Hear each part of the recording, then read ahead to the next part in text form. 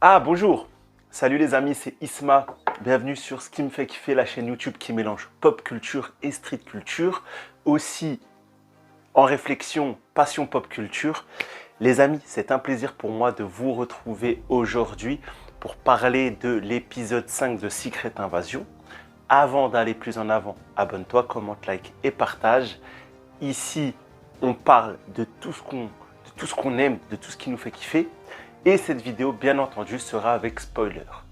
Donc maintenant que le blabla est fait, petit teasing également, si vous aimez la série Outlander ou si vous ne connaissez pas la série Outlander, vous pouvez aller découvrir ma vidéo précédente de lundi ou mardi, voilà, qui parle de l'épisode 5 de la saison 7. La première partie, étant donné que c'est la première fois que je parle d'Outlander sur la chaîne, c'est un peu, disons, plutôt une mise en contexte de ce que raconte la série. Et ensuite, on fait la review de l'épisode 5, comme à l'accoutumée. Bref, on arrête le blabla, un peu tout ça, et on attaque tout de suite voilà, l'épisode 5, Secret Invasion. Samuel L. Jackson remet le costume, mais commençons d'abord dans l'ordre.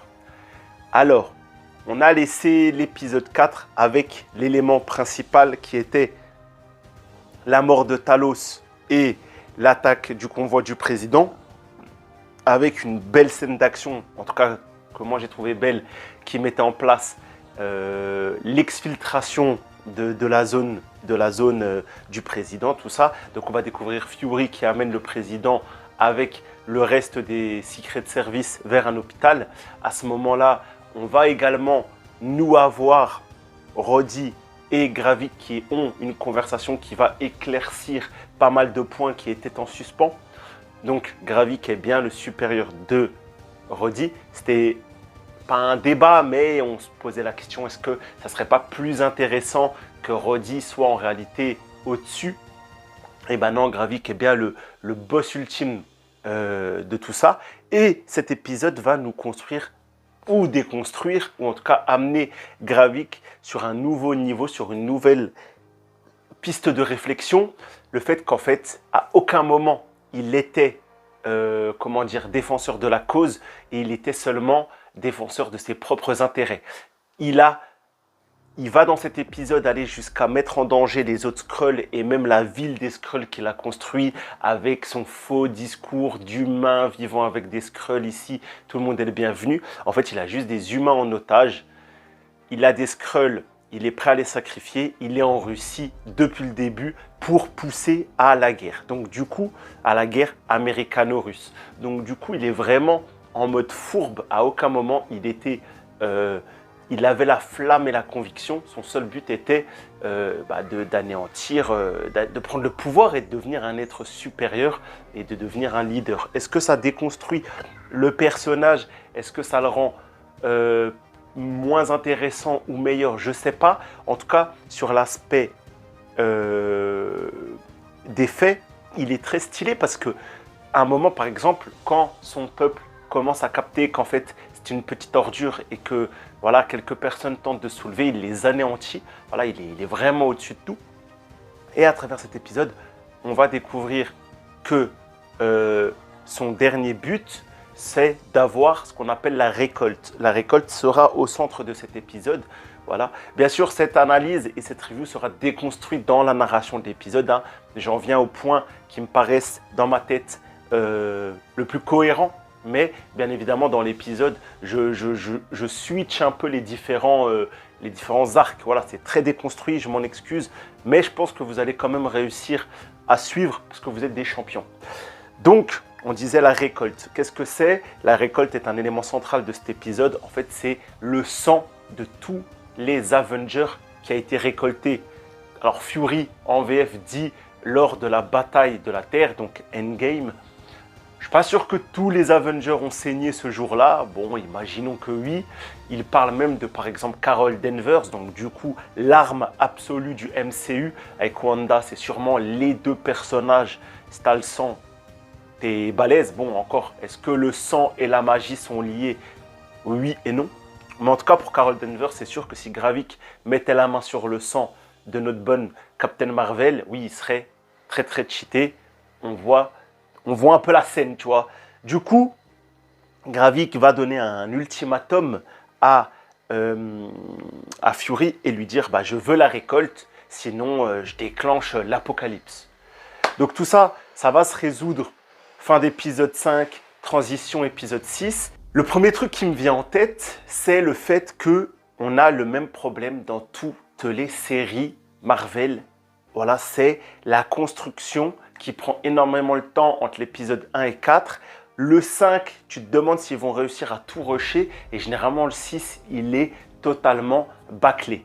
Alors, je généralise, toutes les séries ne rentrent pas dans cette définition, mais quand même. Et là, j'ai l'impression que pour cette série, malheureusement, ça va se passer de la même façon. J'aurais aimé qu'on soit dans une résolution beaucoup plus effective dès cet épisode 5 et il s'avère qu'on est encore dans la préparation pour le final. Un final, il faut au moins 2 épisodes. Aujourd'hui, en 2023, la norme, quand tu prends un Stranger Things, un final, c'est 2h15, 2h20, tu vois ce que je veux dire? Si tu n'as pas ce temps, alors je ne parle pas du temps vraiment minutes, tu vois, mais si tu n'as pas un double épisode alloué à un final, le final va être rushé. Et ce qu'on a eu dans cet épisode, peut-être de façon condensée, ils auraient dû nous le mettre dans cet épisode de 30 minutes la semaine dernière. Et au final, un épisode de 1 heure en épisode 4, mélangeant l'épisode 4 et 5 et le final un peu plus développé, je pense que c'est une formule beaucoup plus adaptée. Là, on va sentir... Déjà dans cet épisode, j'ai senti que tout n'était pas réellement prêt pour le final. Tu vois, j'ai senti quelques problèmes, tu vois. Quelques problèmes dans la résolution, dans les déplacements. D'ailleurs, j'ai une grosse intrigue, j'ai un gros mystère. Donc, apportez-moi la réponse en commentaire, les amis, si vous avez la ref. Qui est le mec avec qui... Enfin, alors, peut-être c'est bête ce que je vais dire. Alors, je vois mal, je ne reconnais pas toujours les gens, tout ça. Voilà, bon, bref. Vous le savez ou non. Et du coup, je n'ai pas reconnu le mec dans l'avion qui brief et qui emmène Fury en Finlande. Dites-moi si vous avez la réponse. Mais voilà, en tout cas, un peu bâclé. Fury qui va retrouver Hemsworth ou Ellsworth, je ne sais plus comment elle s'appelle. En tout cas, Olivia Colman qui est brillante, encore une fois, dans cet épisode en peu de temps, que j'adore. Voilà, qui va, elle, de son côté, buter son supérieur car il est un Skrull, retrouver les 2 scientifiques Skrull, sauver la meuf et me faire rire avec une phrase sur genre la place de la femme dans le couple et ce concept de manipulation puis de violence quand les hommes peuvent plus. Enfin, bref, c'est très féministe, mais de la façon dont c'était amené, c'était super marrant. Surtout puis le one shot dans la tête, j'ai adoré. Et Olivia Colman, au final, elle n'a pas eu beaucoup de temps d'écran et pourtant elle brille énormément, à la différence de Daenerys Targaryen, alias Emilia Clarke, alias Gia. Gia, du coup, dans cet épisode, est en deuil. Petit échange avec Fury qui m'a pas semblé si intéressant que ça au final. En plus, on escomptait avec la team. Bien évidemment, la team, c'est Zino et Stirka. Je vous invite de 1 à aller rejoindre leur chaîne, de 2 à aller voir les différents lives consacrés à Secret Invasion sur la chaîne de l'un et l'autre parce qu'on décortique tout ça en profondeur, mais d'une profondeur, les amis, c'est abyssal. Allez découvrir ça. Et du coup, qu'est-ce que je disais? Ouais, Gia, son père, alors il y a tout un rite cérémonial autour des funérailles. J'aurais pu faire plus simple cette phrase. Et en fait, elle va le faire avec Priscilla, donc la femme de Fury. Elles vont avoir droit à leur scène d'action. Gia a des pouvoirs de Super Skrull, elle va presque pas les utiliser. Je sais pas, je suis pas convaincu. En plus, au lieu de rester avec Fury, voilà, bon, il fallait offrir des rites funéraires. Je comprends bien sûr l'importance de ce geste, mais on pouvait se demander, ouais, si il le fallait, surtout que on voulait une scène qui mettait en avant un peu plus la dramaturgie de la situation, qui n'a pas été fait dans l'épisode 4, parce qu'on était vraiment dans l'action pure, tout ça. Au final, ouais, c'est quelque chose presque de skipper. La mort de Talos, au final, presque elle est skippée. Alors, on comprend que Gia, on l'espère, va prendre la place de Talos auprès de Fury dans la suite. Mais en vrai, ouais, il a manqué un petit quelque chose. Roddy reste en vie dans cet épisode. C'est un petit fourbe. On a du coup, Roddy qui tente toujours de manipuler le président. Il passe à 2 doigts de se faire buter par Fury, mais étant donné que Fury est menacé par 55 mecs, voilà, il va laisser partir et Fury reviendra. On sait que Fury réglera son compte à Roddy, en tout cas on l'espère. Fury part du coup en Finlande, Olivia Colman, tout ça. Il récupère donc ce fameux sang et et il remet la tenue. Donc voilà, j'avais un peu teasé en intro, il remet la tenue, le manteau en cuir. D'ailleurs, belle blague de Gia sur les 3 trucs que Fury aime et qu'il a fait qu'il a choisi cette maison. Le 3e, elle n'a pas pu s'empêcher de caler le cuir. Ça m'a fait rigoler, c'était marrant. Et du coup, oui, il remet le bandeau, il remet le cuir. Bon, il garde le bonnet et la grosse beubare d'hipster. On ne peut pas tout demander, mais ça fonctionne. Et la musique, tout ça, quand il revient avec ce couloir un peu style mausolée, tout ça, quand il marche avec la musique, c'était efficace. Ça a apporté la petite cerise sur le gâteau un peu fade de ce 5e épisode. Pas mauvais, mais inabouti et je trouve inachevé. Et c'est toujours ça qui m'embête dans les derniers épisodes des séries Marvel. Je me répète, bien évidemment. Est-ce qu'on a oublié quelques détails vraiment importants? Pas tant que ça, hein. On a fait le tour. Là, maintenant, Samuel L. Jackson, alias Nicolas Fury, est déter à aller régler son compte à Gravik. Donc, on part pour le final.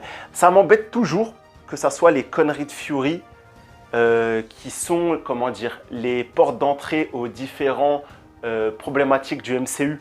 Alors, bien sûr, je pense aux expériences sur le Tesseract dans Avenger 1, le projet Inside dans Captain America 2 et désormais, parce que Gravik, la petite particularité, et on va bientôt clôturer cette vidéo, mais voilà, la petite truc, c'est que Gravik était un soldat de Fury et il a fait justement partie de l'équipe de prélèvement. Gravik était employé par Fury pour prélever tout le monde le sang des Avengers. C'est comme ça qu'il a eu tout ce plan. Donc à ce niveau-là, on est très cohérent. Voilà, le mec a travaillé pour Fury, il a fait des recherches, il a trouvé du sang, il a eu l'idée d'utiliser le sang, tout ça.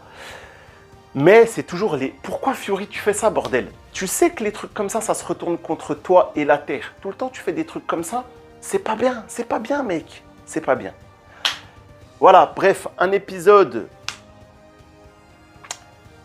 inachevé. Je dirais seulement ça. Je peux pas vraiment le critiquer parce qu'il n'est pas mauvais. Il n'y a pas de truc, à part qu'on est dans cette phase de rush. Les déplacements se font comme ça. On a l'impression que tout s'enchaîne très vite. Mais c'était déjà un sentiment que certains avaient dans l'épisode 4. Beaucoup de choses à raconter en 6 épisodes. Est-ce que Marvel fait le bon choix en imposant forcément le format 6 épisodes? C'est évident que non. Certaines séries méritent plus, certaines séries méritent moins.